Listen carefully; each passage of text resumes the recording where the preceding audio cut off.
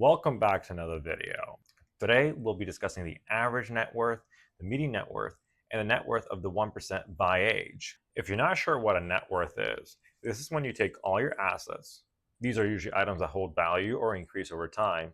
Some examples are your primary home, your investment properties, stocks, cash, and even cars, minus your liabilities, and this is money that you owe, such as your mortgage, your line of credit, or credit card debt, to arrive at your net worth. I think it's important to know what the average, medium, and the top 1% net worth is so you can make financial goals according to where you want to be in the future. In my opinion, you should focus on the median net worth. That's because the average net worth might be skewed by a few individuals in each age group. So, an example I can give you is let's say Kylie Jenner. Kylie Jenner is in her mid to late 20s, who has a net worth of anywhere from 700 million to $1 billion.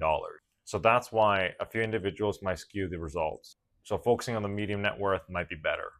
Before I dive into each age group, please hit the like button down below. And if you haven't subscribed, please subscribe to help grow our channel. Now that you hit the like button, let's dive in.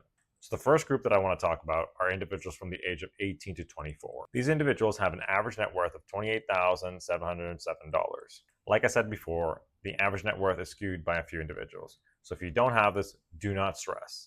The median net worth is $8,216. And the net worth of the top 1% is $435,076. It really makes sense why the median net worth is so low. Most individuals are just graduating high school right now, so at this point, they haven't really had time to work. Others in their early 20s are probably going to college or university, so really, they aren't working as much, and they're probably taking on student debt.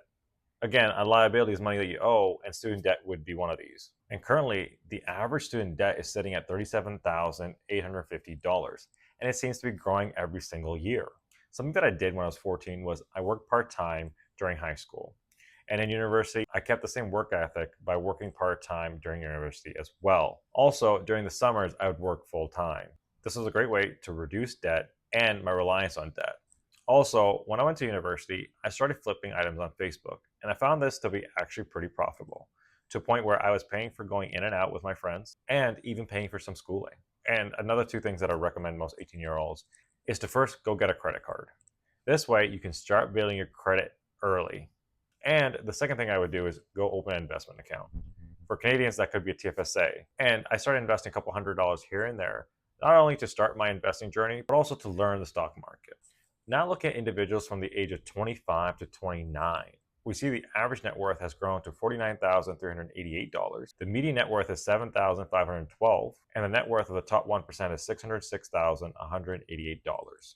There seems to be a slight drop in the median, which kind of makes sense. At this point, a lot of people are probably wrapping up school, and now they probably have to pay for all their bills that their parents were originally paying, such as your phone bill, your memberships, your subscriptions, and some of you might be even moving out and renting a place with a roommate.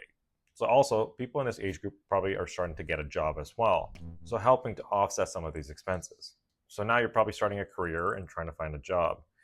Once you have a job, the first thing I would do is build an emergency fund. I would aim to have an emergency fund from anywhere from 3 to 6 months of your expenses. This is so that in case you lose your job, you have some cash to rely on. Also, I would start to take investing seriously at this point, because 20s is really your foundation for your financial health in the future. And to show you how important investing is, let's say you're 25 and you'd like to retire at the age of 65 with a stock portfolio of $2.5 million. With an average return of 10%, you would have to invest $450 from the age of 25 to 65 to get to your goal. Now let's say you start investing at the age of 30 with the same goal and the same rate of return. You would have to invest $736 per month to get to the same goal just by starting investing at the age of 30 versus 25. So take advantage of your 20s and get that head start. Now looking at the individuals from the age of 30 to 39, I grouped the decades together because there isn't much change within the decade. Here we find the average net worth is $274,000, the median net worth is $55,500, and the net worth of the top 1% is $4,034,000. So now in your 30s, you probably have a career and you may even get a slight promotion. You might have gone from a junior to an associate. So now your income has increased over the years. Also, some of you probably will start a family, so you start getting married and having kids. Also, by having a partner, now you have dual income, so your household income also increases. The things I would do in my 30s are pay down your bad debt. This would be high interest debt, most likely credit card debt. It adds no value to your net worth, and you're paying insane amount of interest on your payments.